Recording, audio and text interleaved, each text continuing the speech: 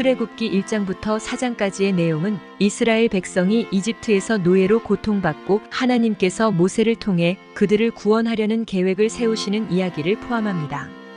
출애굽기 1장은 이스라엘 백성이 애굽에서 번성하고 강성해지는 장면과 그로 인해 애굽 왕이 이스라엘 백성을 억압하려는 시도를 다루고 있습니다.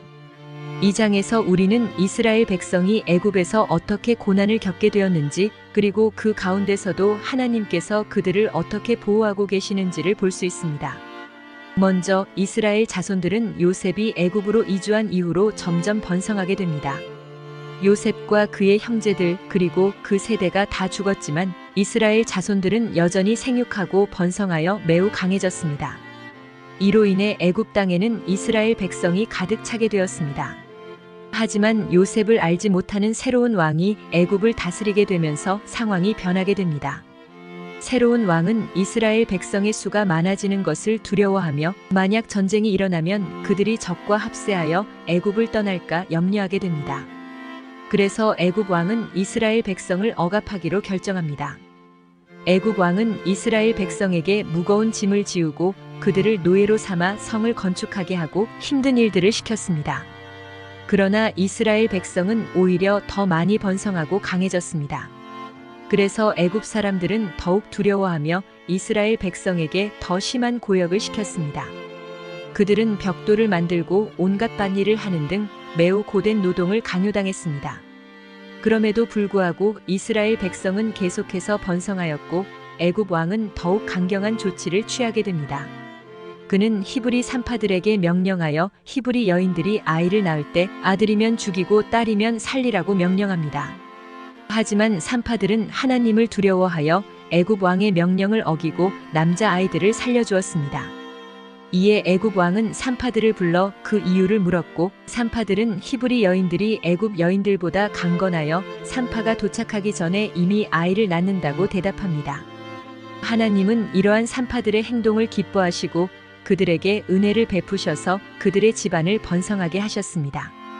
애굽 왕은 마침내 모든 백성에게 명령하여 히브리인들 가운데 태어난 모든 남자아이를 나일강에 던지라고 명령합니다.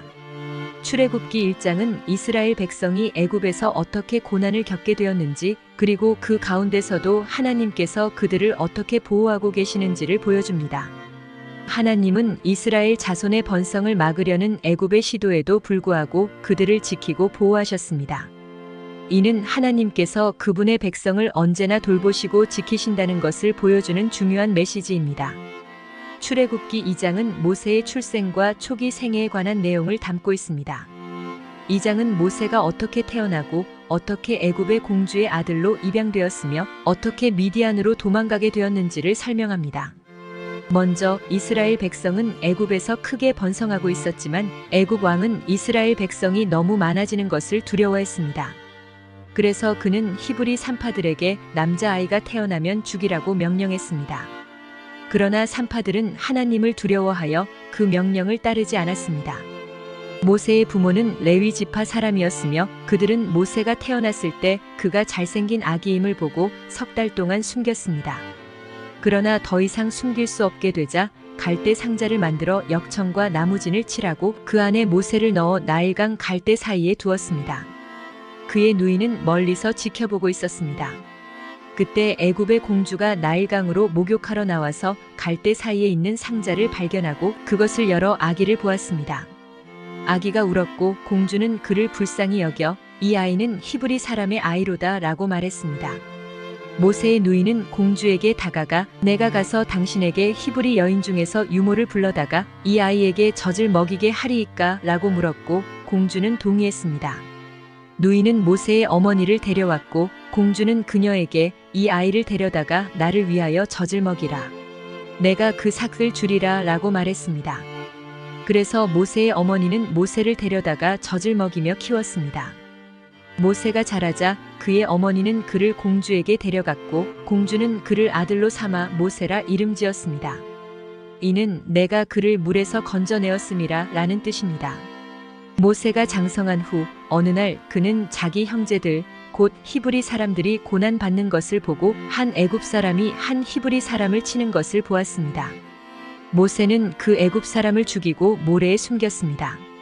그러나 다음 날 두 히브리 사람이 싸우는 것을 보고 어찌하여 동포를 치느냐라고 말했을 때 그 사람은 누가 너를 우리의 주제와 재판관으로 삼았느냐? 내가 애굽 사람을 죽인 것처럼 나도 죽이려느냐라고 반문했습니다. 모세는 이 말을 듣고 두려워하여 이 일이 탈로 되었도다라고 생각했습니다. 바로가 이 일을 듣고 모세를 죽이려 하였으나 모세는 바로의 얼굴을 피하여 미디안 땅으로 도망갔습니다. 미디안에서 모세는 한 우물가에 앉아 있었는데 미디안 제사장인 이드로의 딸들이 물을 길러왔다가 목자들에게 괴롭힘을 당했습니다. 모세는 그들을 도와주고 그들의 양떼에게 물을 먹였습니다. 이드로의 딸들이 집에 돌아와 그 일을 이야기하자 이드로는 모세를 초청하여 함께 식사하도록 했습니다. 결국 모세는 이드로의 딸인 십보라와 결혼하여 아들을 낳았고 그 아들의 이름을 게르솜이라 지었습니다. 이는 내가 타국에서 나그네가 되었음이라 라는 뜻입니다. 출애굽기 2장은 하나님의 섭리와 보호하심을 보여주는 중요한 장입니다. 모세가 태어나고 자라난 과정에서 하나님은 그를 보호하시고 인도하셨습니다. 출애굽기 3장은 모세가 하나님을 만나 그의 사명을 받는 장면을 중심으로 전개됩니다. 이 장면은 하나님의 부르심과 구원의 계획이 본격적으로 시작되는 중요한 순간입니다. 먼저 모세는 미디안 광야에서 장인 이드로의 양떼를 치고 있었습니다. 그는 호렙산, 즉 하나님의 산으로 가게 됩니다. 이때 모세는 떨기나무에 불이 붙었으나 타지 않는 이례적인 광경을 목격합니다. 이는 하나님의 현현이었으며 모세는 이 현상을 보고 가까이 다가갑니다. 하나님께서는 떨기나무 가운데서 모세를 부릅니다. 모세야, 모세야 라고 부르시며 모세는 내가 여기 있나이다 라고 응답합니다. 하나님께서는 모세에게 가까이 오지 말라고 하시며 그가 서 있는 곳이 거룩한 땅이므로 신을 벗으라고 명령하십니다. 하나님께서는 자신을 아브라함의 하나님, 이삭의 하나님, 야곱의 하나님이라고 소개하시며 모세는 두려워하여 얼굴을 가립니다. 이어서 하나님께서는 이스라엘 백성의 고통과 부르짖음을 들으셨으며 그들을 구원하기 위해 모세를 보내고자 하신다고 말씀하십니다. 모세는 자신이 누구길래 바로에게 가며 이스라엘 자손을 애굽에서 인도해낼 수 있겠냐고 묻습니다.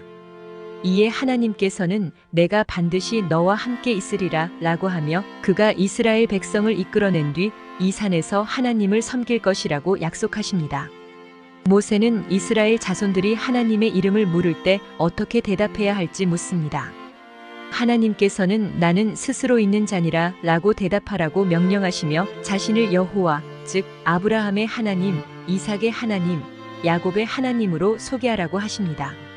또한 하나님께서는 모세에게 이스라엘 장로들을 모아 하나님께서 그들의 고통을 보았으며 젖과 꿀이 흐르는 가나안 땅으로 인도하실 것이라고 전하라고 합니다.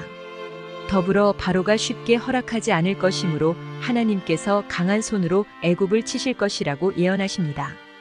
마지막으로 하나님께서는 이스라엘 백성이 애굽을 떠날 때 빈손으로 가지 않게 하실 것이며 애굽 사람들에게 은혜를 입어 많은 재물을 가져가게 하실 것이라고 말씀하십니다.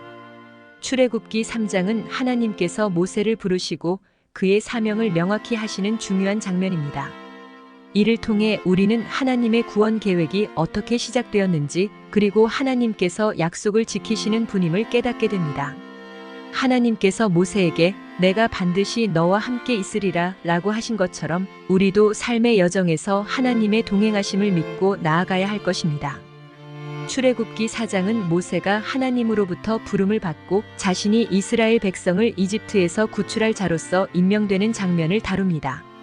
이 장은 모세의 두려움과 하나님의 인도하심, 그리고 모세가 여러 표적을 통해 하나님의 능력을 경험하는 내용을 포함하고 있습니다.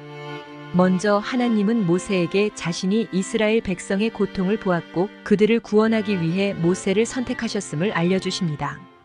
모세는 이에 대해 두려움을 느끼며 자신이 이 중요한 사명을 감당할 수 있을지에 대한 불안감을 표현합니다. 그는 자신이 말을 잘하지 못한다고 변명하지만 하나님은 모세에게 그를 도와줄 아론을 보내겠다고 약속하십니다. 하나님은 모세에게 몇 가지 표적을 보여주며 그를 안심시키십니다. 첫 번째 표적은 모세의 지팡이가 뱀이 되는 것입니다. 두 번째 표적은 그의 손이 문둥병에 걸렸다가 다시 회복되는 것입니다. 세 번째 표적은 나일강의 물을 땅에 부으면 피가 되는 것입니다. 이 표적들은 하나님이 모세와 함께 하시며 그를 통해 이스라엘 백성을 구원하실 것임을 보여줍니다. 모세는 여전히 두려움을 느끼며 자신이 이 사명을 감당할 수 없다고 하나님께 다시 한번 이야기합니다. 이에 하나님은 모세의 형 아론이 그의 대변인이 될 것이며 아론이 모세의 말을 대신 전할 것이라고 말씀하십니다.